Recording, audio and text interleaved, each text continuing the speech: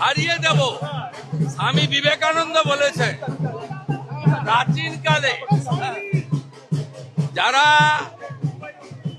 যারা ধর্ম মানে তাদেরকে ধর্ম মানে না তাদেরকে বলা হতো নাস্তিক,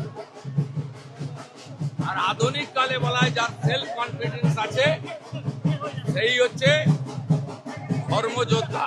আমার সেলফ কনফিডেন্স আছে, আমি স্বামীজির মন্ত্র নিয়ে চোরইবতী চোরইবতী বলে মমতা ব্যানার্জিকে এখানে হারাবো। আমি স্বাধীনতা সংগ্রামের পরিবারের সদস্য, আমার দীর্ঘ রাজনৈতিক 33-34 বছরের অভিজ্ঞতা, আমি জনগণের সঙ্গে থাকি।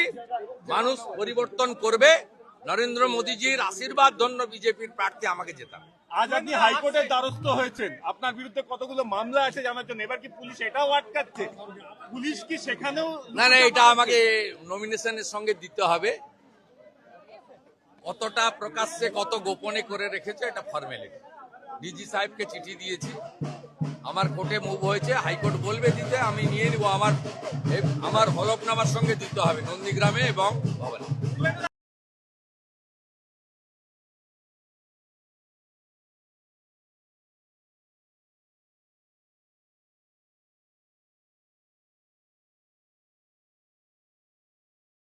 আমাদের সব থেকে এখানে আশেপাশে দেখছি একটু খাবার একটু অসুবিধা হচ্ছিল, তো আমি দেখলাম কি এখানে একটা ছোট্ট একটা চায়ের দোকান করব।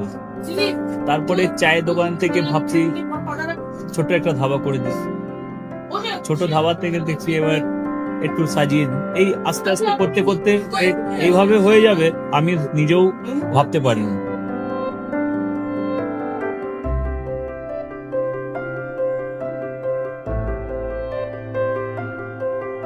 ব্যবহারের জন্য আমাদের এখানে কার পার্কিং থেকে নিয়ে গেস্ট খাবার থেকে নিয়ে বাড়ি এরকম কিছু ব্যাপার যদি থাকে তো মানুষকে বাড়িতে আমরা সার্ভিস দিতে পারবো, এইভাবে আমরা চেষ্টা করব।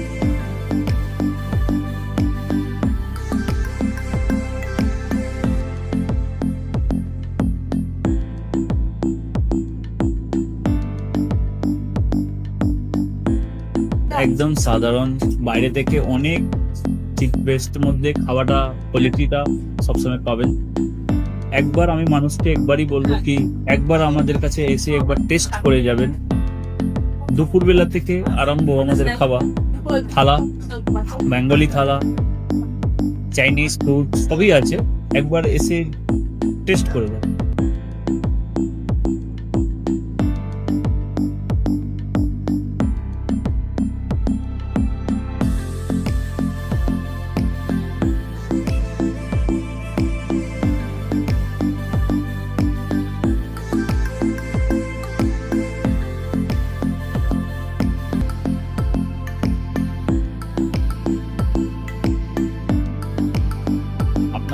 চ্যানেলের মাধ্যমে বলি একবার আসুন কেশরী ধাবাতে, দেখে নিন। আমার নাম রঞ্জন কেশরী।